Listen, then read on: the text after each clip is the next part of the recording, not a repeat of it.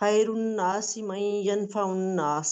کیا بات ہے، ماشاءاللہ ماشاءاللہ. آپ لوگوں نے کیا کرنا ہے، اس کو حفظ کرنے کا طریقہ کیا ہے؟ دیکھیں، حفظ کرنے کا طریقہ یہ ہے کہ آپ نے اس کو ابھی 3 دفعہ پڑھا ہے، اس کو آپ نے 40 دفعہ پڑھنا ہے. دیکھیں، اس سے بہترین کوئی روزگار نہیں ہے، اس سے بہتر کوئی کام نہیں ہے. آپ نے 40 دفعہ اس کو پڑھنا ہے. یہ 5 لفظ ہیں، رسول پاک صلی اللہ علیہ وسلم کے الفاظ مبارک ہیں اور بڑے بابرکت ہیں. تو آپ نے جو ہے نا اس کو پڑھنا ہے. قال رسول اللہ صلی اللہ علیہ وآلہ وسلم خیر الناس من ينفع الناس، خیر الناس من ينفع الناس. اس کو آپ نے 40 دفعہ پڑھنا ہے، 40 دفعہ. تو یہ حدیث شریف آپ کو پکی یاد ہو جائے گی انشاءاللہ تعالی. آمنا اس کو حدیث کو ذرا دیکھیے. خیر الناس من ينفع الناس، لوگوں میں بہترین وہ ہے جو لوگوں کو نفع دے. اور پھر دوسری حدیث بھی میں نے پڑھی دوسرے الفاظ کے ساتھ کہ لوگوں میں بہتر وہ ہے جو لوگوں میں زیادہ نفع دینے والا ہے. جو زیادہ نفع دیتا ہے وہ سب سے زیادہ بہتر ہے. چلیں اس کو ذرا پڑھیے. آمنہ ذرا پڑھیے. جی سر. خیر الناس من ينفع الناس، بہترین انسان وہ ہے جس کا وجود دوسروں کے لیے فائدے مند ہو. شاباش. پڑھے 3 دفعہ کو ذرا پڑھیں، 2 دفعہ اور پڑھیں پلیز یہ عربی کو. خیر الناس من ينفع الناس، خیر الناس من ينفع الناس. کیا بات ہے، آپ نے لوگوں کو ایسے ہی بتانا ہے. یہ حدیث شریف آپ نے ایسے ہی آپ نے سنانی ہے جب بھی کبھی موقع ایسا آئے کہ ہم لوگوں کو نفع دے سکے. دیکھیں بات سنیں، تمام مسلمانوں کو جو ہے منافع دینے والا ہونا چاہیے کہ وہ نفع دے دوسرے کو، دوسرے کے لیے کوئی کار خیر کر سکے. اپنے لیے جینا اور روٹی کپڑا مکان وہ تو اللہ تعالیٰ آپ کو ویسے ہی دے دے گا آپ کو، ٹھیک ہے. لیکن آپ نے دوسرے بھائیوں کے ساتھ، پڑوسیوں کے ساتھ، دوستوں کے ساتھ، دوسرے مسلمانوں کے ساتھ آپ نے نفع والا تعلق رکھنا ہے کہ آپ ان کو کچھ دے سکیں. کوئی ہنر، کوئی خوبی آپ میں ہونی چاہیے جس سے دوسرے مسلمان بھائی کو فائدہ ہو. اور یہاں پر ناس لکھا ہوا ہے، یہ بہت، یہ آپ نے ہمیشہ ہر حدیث میں خیال رکھنا ہے، ٹھیک ہے، کہ حدیث میں اگر لفظ آ جائے نا ناس تو اس سے تمام انسانیت مراد ہوتی ہے، بجائے اس کے کافر مسلمان اور ہم اس کو تقسیم کر دیں، وہ تقسیم ختم ہو جاتی ہے جب ایسے ناس کا لفظ آ جاتا ہے. تو اب کیا ہو گیا کہ لوگوں میں بہتر وہ ہے جو دوسرے لوگوں کے لیے فائدہ مند ہو. تو وہ چاہے مسلمانوں کے لیے ہو یا غیر مسلموں کے لیے ہو، انسانیت کے لیے انسان کو فائدہ مند ہونا چاہیے. تو آپ میں سے کوئی بھی اپنے لیے نہ جیے، بلکہ وہ اس کا کوئی نہ کوئی گوشہ، اس کی زندگی کا، اس کے وقت کا، اس کے ہنر کا وہ لوگوں کو ضرور فائدہ پہنچائے. یہ بہت ضروری ہے. آپ تبھی ان لوگوں میں اچھے ہوں گے، ورنہ تو یعنی آپ لوگوں میں اچھے نہیں ہیں. یہ اس حدیث سے تو یہ اس کا مفہوم مخالف سمجھ آ رہا ہے نا، کہ وہ لوگ اچھے نہیں ہیں جو لوگوں کو فائدہ نہیں پہنچاتے. لوگ اچھے لوگ وہی ہیں جو دوسروں کو فائدہ پہنچاتے ہیں، بس دوسروں کی مدد کرتے ہیں. اور وہ ضروری نہیں ہے کہ آپ مالی لوگوں کو فائدہ دیں. مالی بہت ساری سچویشن میں جو ہے وہ مال جو ہے وہ فائدہ نہیں دیتا. آپ کا ہنر، آپ کا کوئی آپ کے اندر مہارت جو ہے وہ دوسرے کے لوگ بندوں کو کام آتی ہے. تو آپ کے اندر کوئی نہ کوئی مہارت ہونی چاہیے جس سے دوسرے لوگوں کو فائدہ ہو. تو یہ ہر مومن کو ہمیں کوشش کرنی ہے کہ اپنے بچوں کو بھی کوئی نہ کوئی ایسا ہنر سکھانا ہے جس سے لوگوں کو فائدہ ہو بس. تو یہ حدیث شریف آپ نے حفظ کرنی ہے انشاءاللہ تعالی. 40 دفعہ پڑھنے سے آپ کو یہ حدیث شریف یاد ہو جائے گی. اچھا، جب ہم کوئی تلاوت ختم کرتے ہیں نا، تلاوت کوئی آیت پڑھتے ہیں، سورت پڑھتے ہیں، تو کہتے ہیں آخر میں صدق اللہ العظیم. ٹھیک ہے جی، رسول پاک نے دعائیں بھی سکھائی ہیں بہت ساری. اچھا، جب حدیث شریف ختم ہوتی ہے تو اس کے بعد کیا کہنا چاہیے؟ وہ ہمیں حضرت انس بن مالک رضی اللہ تعالیٰ عنہ نے سکھایا ہے کہ اس کے بعد کہنا چاہیے او کما قال علیہ الصلاۃ والسلام. او کما قال یعنی او کما قال. میں یہاں آپ کو لکھ دیتا ہوں، آپ بھی اپنے پاس لکھ لیں اس کو. او کما قال. آگے درود شریف پڑھتے ہیں، صلی اللہ علیہ وسلم پڑھ لیں یا علیہ الصلاۃ والسلام پڑھ لیں، کچھ بھی پڑھ لیں، علیہ السلام پڑھ لیں. کہ اور یا جیسے رسول پاک نے فرمایا، چونکہ ہمارے پاس احادیث میں مختلف الفاظ آتے ہیں نا، تو اس لیے حضرت انس جو تھے، حالانکہ وہ خود صحابی ہیں، پھر بھی وہ کہا کرتے تھے او کما قال علیہ السلام، یا جیسے رسول پاک نے فرمایا، لیکن مفہوم تو یہی ہے اس کا۔ یہ صحیح حدیث پاک میں نے آپ کو حفظ کرنے کے لیے دی ہے، یہ آپ کو میں آپ کے گروپوں میں بھیج دوں گا انشاءاللہ تعالی۔ اچھا جی، اب میں آتا ہوں اس دوسرے حصے کی طرف، جس میں ہم لوگ جو ہیں وہ انشاءاللہ تعالی وہ اربعین نووی، امام نووی نے جو 40 احادیث کا مجموعہ جمع کیا ہے، اور جس کو پوری امت نے سراہا، اور پوری امت کے علماء کرام نے اس کو اپنے لیے جو ہے مشعل راہ سمجھا اور اس پہ قدم رکھا، اور پھر ہر ایک نے 40 احادیث کا مجموعہ لکھا، وہ یہ ہے اربعین نووی۔ اس کی ہم 7ویں حدیث آج پڑھ رہے ہیں۔ یہ لکھا ہوا ہے، اس کا جو ٹائٹل ہے وہ ہے النصیحہ، نصیحت، خیر خواہی، اردو میں اگر میں کہوں خیر خواہی۔ عن ابی رقیہ تمیم بن اوس الداری رضی اللہ تعالی عنہ، وہ فرماتے ہیں ان النبی صلی اللہ علیہ وآلہ وسلم قال الدین النصیحہ۔ یہ 2 لفظ بھی آپ نے 40 دفعہ پڑھنے ہیں، جو آپ میں سے پڑھنا چاہتا ہے، یہ حدیث سب کو یاد ہونی چاہیے، ٹھیک ہے؟ الدین النصیحہ، بس یہ اتنا، صرف اس کا اتنا حصہ ہمیں یاد رہنا چاہیے کہ دین خیر خواہی کا نام ہے۔ دین داری وہ کیا ہے؟ وہ خیر خواہی کا نام ہے، نصیحت کا نام ہے، اخلاص کا نام ہے۔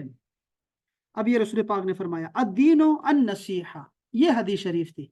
تو صحابہ نے اس کو اضافہ کیا، صحابہ نے پوچھا، قلنا، ہم نے عرض کیا، لمن، کس کے لیے نصیحت ہے یا رسول اللہ؟ تو فرمایا قال للہ، اللہ کے لیے، اللہ کے لیے خیر خواہی، اللہ کے لیے اخلاص کا نام دین ہے۔ پھر فرمایا وَلِكِتَابِهِ، اور اس کی کتاب یعنی قرآن مجید کے لیے یہ نصیحت، خیر خواہی اور اخلاص ہے۔ وَلِرَسُولِهِ، اور اس کے رسول کے لیے خیر خواہی کا نام دین ہے۔ وَلِأَئِمَّةِ الْمُسْلِمِينَ، اور مسلمانوں کے اماموں یعنی حکمرانوں کے لیے نصیحت کا نام دین ہے۔ وَعَامَّتِهِمْ، اور ان کے عام مسلمانوں کے لیے دین نصیحت کا نام ہے۔ اچھا، یہ حدیث شریف تھی جس کو ہم نے صرف 2 لفظ یاد رکھنے ہیں، الدین النصیحہ، دین خیر خواہی کا نام ہے۔ اچھا جی، اس کے بارے میں کیا فرماتے ہیں؟ اس حدیث شریف میں دین اسلام کو نصیحت قرار دیا گیا ہے۔ نصیحت کا معنی خیر خواہی ہے، خالص کرنا ہے، خود کو کھوٹ سے وغیرہ سے پاک کرنا ہے۔ کہا جاتا ہے کہ نصح العسل، یعنی شہد کو صاف اور خالص کر دیا گیا، تو وہاں بھی نصیحت کا لفظ استعمال کرتے ہیں کہ شہد کو پاک کر لیا گیا۔ بالکل ایسا بندے کو پاک ہونا چاہیے، خالص رہنا چاہیے، خیر خواہ ہونا چاہیے۔ اللہ تعالیٰ کے لیے کیا خیر خواہی، کیا مطلب اس کا؟ اللہ کے لیے خیر خواہی کا مطلب یہ ہے کہ اسے ایک معبود جانا جائے، اسے تمام عیبوں مثلا جھوٹ، ظلم سے پاک تسلیم کر لیا جائے، اور اس کی اطاعت، فرما برداری کی جائے۔ یہ ہوتا ہے للہ کا مطلب، کہ اللہ کے لیے خیر خواہی کا نام یہ ہے۔ اچھا، لکتابہ، قرآن پاک کے لیے خیر خواہی ہے، دین نصیحت ہے، تو یہ کیا؟ وہ قرآن پاک کے لیے کیسے؟ فرمایا قرآن پاک کو خدا کا سچا کلام مانتے ہوئے اس میں بیان کیے ہوئے احکام کو دستور حیات بنایا جائے، اپنی زندگی بنایا جائے، یہ ہے قرآن پاک کے لیے خیر خواہی، اور قرآن پاک کے لیے خود کو خالص کرنا۔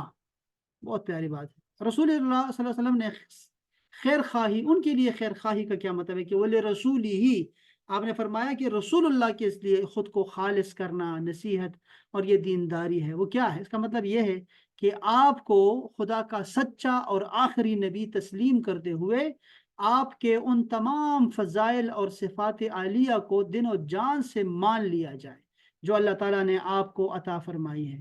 آپ کی بے مثل بشریت، نورانیت، علم، اختیار اور اس طرح کی دیگر صفات کو تسلیم کر لیا جائے، آپ کے احکام، آپ کی سنتوں کی تعمیل کی جائے۔ یہ ہے رسول اللہ کے لیے خود کو خالص کرنا۔ پھر فرمایا مسلمان حکمرانوں کے لیے خیر خواہی کا مطلب یہ ہے کہ اچھے کاموں میں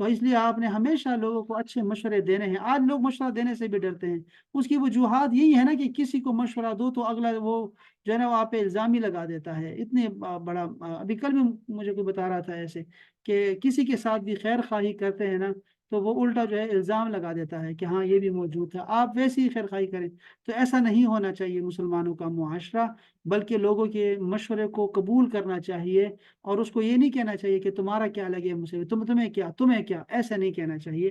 بلکہ ہم سب بھائی بھائی ہیں اور ہمیں دین اسلام نے کلمہ نے جوڑا ہوا ہے, ہمیں پڑوس نے جوڑا ہوا ہے, ہمیں اس وطن نے جوڑا ہوا ہے, ہمیں کسی نہ کسی تعلق نے جوڑا ہوا ہے. تو ہمارا ایک دوسرے کے ساتھ خیر خواہی والا معاملہ ہونا چاہیے ہمیشہ ہمیشہ.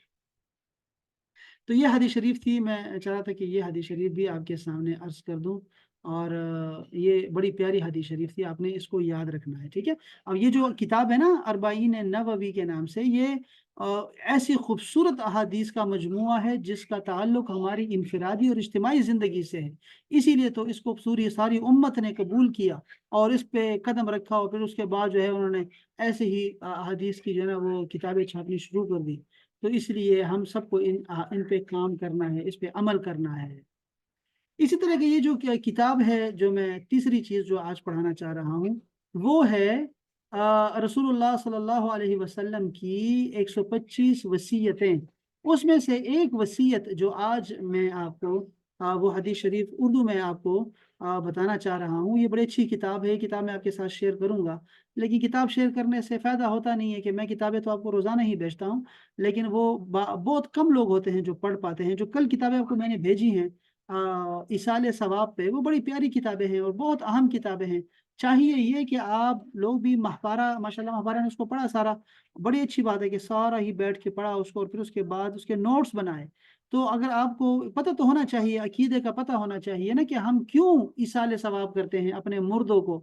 تو اس پہ جو احادیث آپ کو لگے کہ یار یہ حدیث شریف بڑی زبردست ہے اور یہ سیاہ ستہ کی صحیح حدیث ہے یا یہ فلاں حدیث شریف ہے, تو میں وہ کیوں اپنے پاس نوٹ نہ کروں. مجھے تو پتہ ہو نا کہ میں کیوں جو ہے نا وہ ایصال ثواب یہ صدقہ دے رہی ہوں, یا پھر میں کوئی قرآن پاک پڑھ رہی ہوں, یا کوئی کلمہ درود شریف جو ہے اس کا ثواب پہنچاتی ہوں میں ساری امت کو یا اپنے خاندان والوں کو, کس بیس پہ. تو وہ بیس تو آپ کو پتہ ہونی چاہیے نا.